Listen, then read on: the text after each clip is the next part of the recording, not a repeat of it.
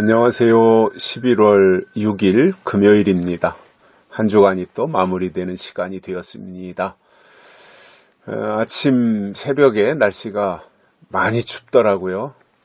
낮에는 어떻게 견딜만 한데, 낮에는 어제도 우리 시찰 임원회가 있어가지고 임원들이 여기 서해안 바닷가로 와서 같이 식사들 하고 했는데, 이렇게 낮에는 날씨가 괜찮아요. 그런데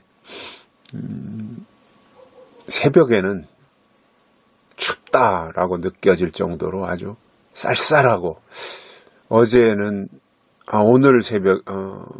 어제 새벽이네요. 어제 새벽에는 보니까 서리가 내린 것 같아요. 호박너쿨이 다 죽었더라고요. 이제 겨울로 진입하는 시간이 점점 다가오고 있으니까 겨울을 준비하라고 서서히 추워지고 있죠. 겨울을 준비하는 계절이 아닌가 싶습니다. 오늘 말씀은 잠언 24장 14절입니다. 지혜가 내 영혼에게 이와 같은 줄을 알라. 이것을 얻으면 정령이 내 장래가 있겠고 내 소망이 끊어지지 아니하리라. 지혜에 대한 말씀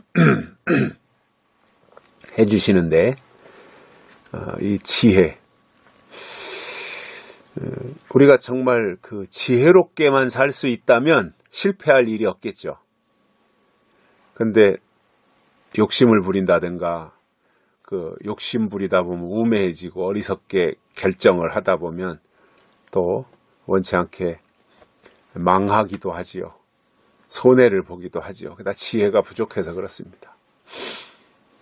그래서 늘 저는 보면 탐욕이 문제인 것 같아요. 탐욕은 우둔하게 만들어요, 사람을. 성경은 지혜로우라고 하는데, 결국 우리가 끝까지 지혜롭고 명철하기 위해서는 욕심이나 탐욕이 없어야죠. 근데 탐욕이 들어가면 지혜가 사라져요. 그러니까 두 가지를 다 가질 수 없어요. 지혜도 가지고 탐욕도 가지고, 하늘의 것도 가지고 땅의 것도 가지고, 그럴 수는 없습니다. 둘 중에 하나만 가져야 돼요. 근데 여기에서 지혜가 내 영혼에게 이와 같은 줄을 알라. 이와 같은 줄을 알라. 이와 같은 이게 뭐와 같은 줄을 알라는 건지 모르잖아요. 그러니까 바로 앞에 13절에 보면 이렇게 말씀하고 있어요. 내 아들아 꿀을 먹으라. 이것이 좋으니라. 송이꿀을 먹으라. 이것이 내 입에 다니라. 그리고 14절에서 지혜가 내 영혼에게 이와 같은 줄 알라. 그러니까 지혜는 내 영혼에게 송이꿀 같다 이겁니다. 꿀이 참 좋은 거잖아요. 좋은 음식이잖아요. 그리고 하나님의 시편 119편인가도 보면 하나님의 말씀이 꿀과 같다라는 거죠. 꿀송이보다 더 달다. 이렇게 말씀하는 것도 볼 수 있는데, 지혜가 바로 송이꿀 같다는 거예요. 그래서 그 지혜를 얻으면 정령이 내 장래가 있다는 겁니다. 지혜가 임하면 장래가 있다는 거예요. 그러니까 결국은 지혜가 얼마만큼 중요한 거예요. 이건 하늘의 지혜잖아요. 이 지혜라고 하는 것은 결국은 하나님이 지혜이시고, 하나님이 주시는 말씀이 지혜이며, 하나님이 주시는 약속들이 지혜이고, 이렇게 연결이 되는 거거든요. 그래서 그 지혜를 얻으면 장래가 있다. 앞날이 있다는 거잖아요. 지혜를 얻으면. 장래가 있다. 그러니까 장래는 뭐예요? 앞으로 될 일이잖아요. 될 일. 그게 뭐예요? 요한계시록이잖아요. 요한계시록에서 약속하고 있는 반드시 속히 될 일, 마땅히 될 일, 결코 될 일, 이러한 것을 계시록에서 설명하고 있는데 그게 장래잖아요. 장래사. 앞으로 될 일. 그게 어떻게 임하느냐 하면 지혜가 있어야 장래가 있다는 겁니다. 자, 우리 신앙은 현재보다는 장래에 대한 기대나 희망을 가지고 사는 거잖아요. 그게 약속의 믿음이잖아요. 약속이라는 것은 저 앞에 있는 거니까. 우리가 그것을 바라보며 지금 가고 있지 않습니까? 그렇다면 우리에게 장래가 있어야 되고 그 장래에 대한 꿈과 희망을 가지고 살아가는 것인데 그게 어디서 나오는 거예요? 지혜에서 나오는 거예요. 지혜. 그래서 지혜가 있어야 됩니다. 지혜가 뭐예요? 분별하는 거예요. 지혜의 역할은 분별하는 거예요. 때를 분별할 줄 알고요.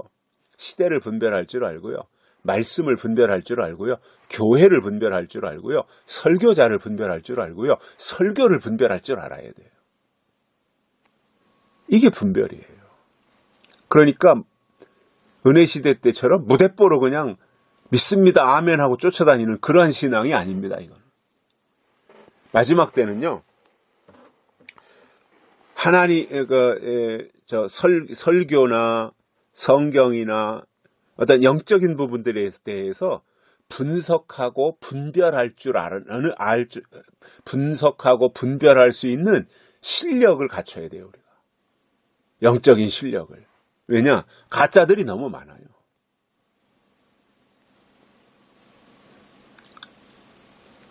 그래서 오늘날 우리 한국교회가 이렇게 맥없이 무너지는 여러 현상 가운데 뭐 정권의 문제도 있고 뭐 여러 가지 정치적인 상황도 있고 시대적인 상황도 있지만 이렇게 맥없이 무너지는 이 현상들이 있잖아요. 그 원인이 뭘까요? 뭐 여러 가지 원인이야 많이 있겠지만 뭐 한두 가지 원인으로 무너지겠습니까? 여러 원인들이 있겠지만 그 대표적인 것을 꼽으라고 한다면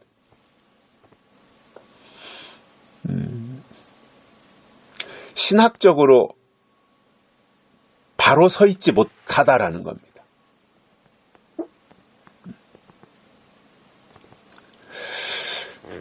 그냥 뭐 기복신앙으로 가고 또는 그 성공신학으로 이렇게 사람들에게 설명을 하고 이렇게 이끌다 보니까 신앙이 성경적이지 못한 거예요. 신학이라고 하는 것은 성경적으로 바로 세우기 위해서 필요한 거잖아요. 신학이라는 게. 그러면 이제 성경신학이 돼야죠. 주경신학, 성경신학이 돼야 되는데 그냥 어떤 기복적인 것, 축복적인 것, 땅의 것 이런 것들 위주로 가다 보니 결국은 어떠한 위기 상황에 갔을 때 버티지 못하고 무너지는 거예요. 그래서 저는 신학에 문제가 있다라고 생각해요. 신학.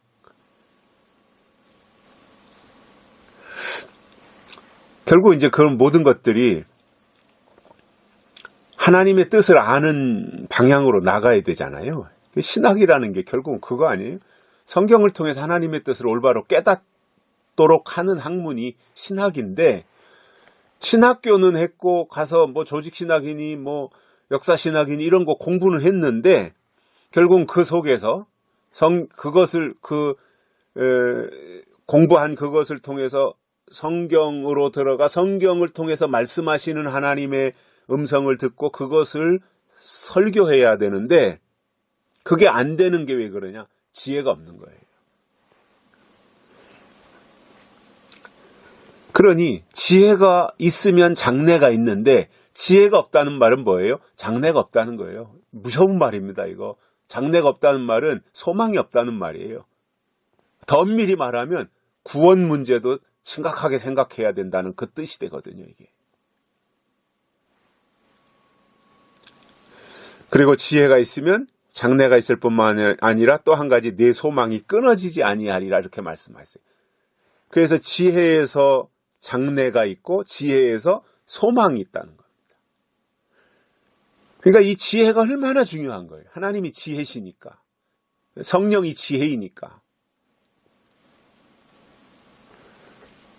그래서 우리가 신앙생활을 통해서 그냥 설교 몇 번 듣고 성경 몇 구절 읽고 내가 지식을 얻으려고 하는 것이 아니라 우리의 신앙생활 또는 교회 생활을 통해서 하나님이 주시는 하늘의 신령한 지혜를 얻는 것.